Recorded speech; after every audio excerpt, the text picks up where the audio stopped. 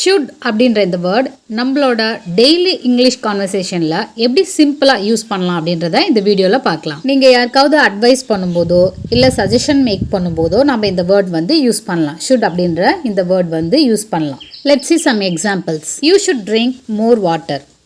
நீ நிறைய தண்ணி குடிக்கணும். You should read this book. It's really good. இது ஒரு சஜஷன் மாதிரி. இந்த புக் நீ கண்டிப்பாக படிக்கணும், நல்லாயிருக்கும் அப்படின்னு சொல்லிட்டு சொல்லலாம்.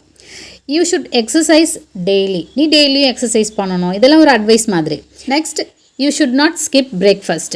நம்ம இதில் நாட் ஆட் பண்ணியிருக்கோம். ஏன்னா இது ஒரு நெகட்டிவ் ஸ்டேட்மெண்ட். இதை நீ பண்ணக்கூடாது, நீ பிரேக்ஃபாஸ்ட் ஸ்கிப் பண்ணக்கூடாது அப்படின்னு நம்ம நெகட்டிவாக சொல்லும்போது நாட் ஆட் பண்ணி நம்ம சொல்லலாம்.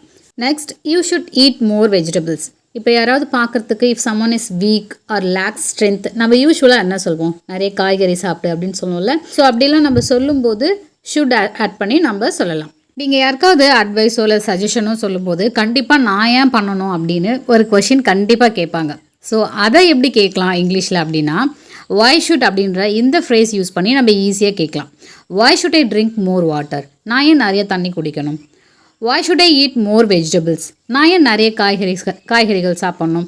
இந்த மாதிரி நான் ஏன் பண்ணணும் அப்படின்ற ரீசன் கேட்கறதுக்காக நம்ம இந்த மாதிரி கேட்போம். ஸோ அப்போல்லாம் இந்த why should அப்படின்ற இந்த ஃப்ரேஸ் யூஸ் பண்ணி நீங்கள் ஈஸியாக கேட்கலாம்.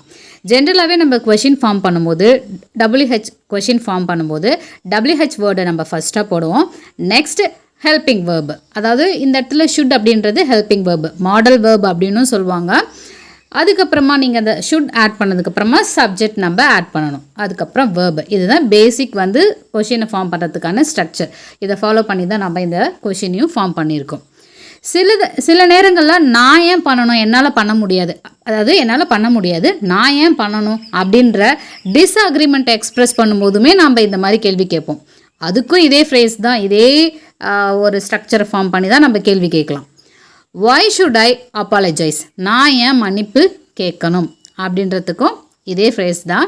ஸோ நீங்கள் ஒரு ரீசனோ இல்லை டிஸ்அக்ரிமெண்ட் எக்ஸ்ப்ரெஸ் பண்ணும்போதோ நான் ஏன் பண்ணணும் அப்படின்னு சொல்லும்போது why should அப்படின்ற இந்த ஃப்ரேஸ் யூஸ் பண்ணி நீங்கள் ஈஸியாக கேட்கலாம். அதுவே ஷுட் அப்படின்ற இந்த வேர்டு நம்ம ஜென்ரலாக அட்வைஸ் சஜஷன் சொல்லும்போது மட்டும் யூஸ் பண்ண மாட்டோம்.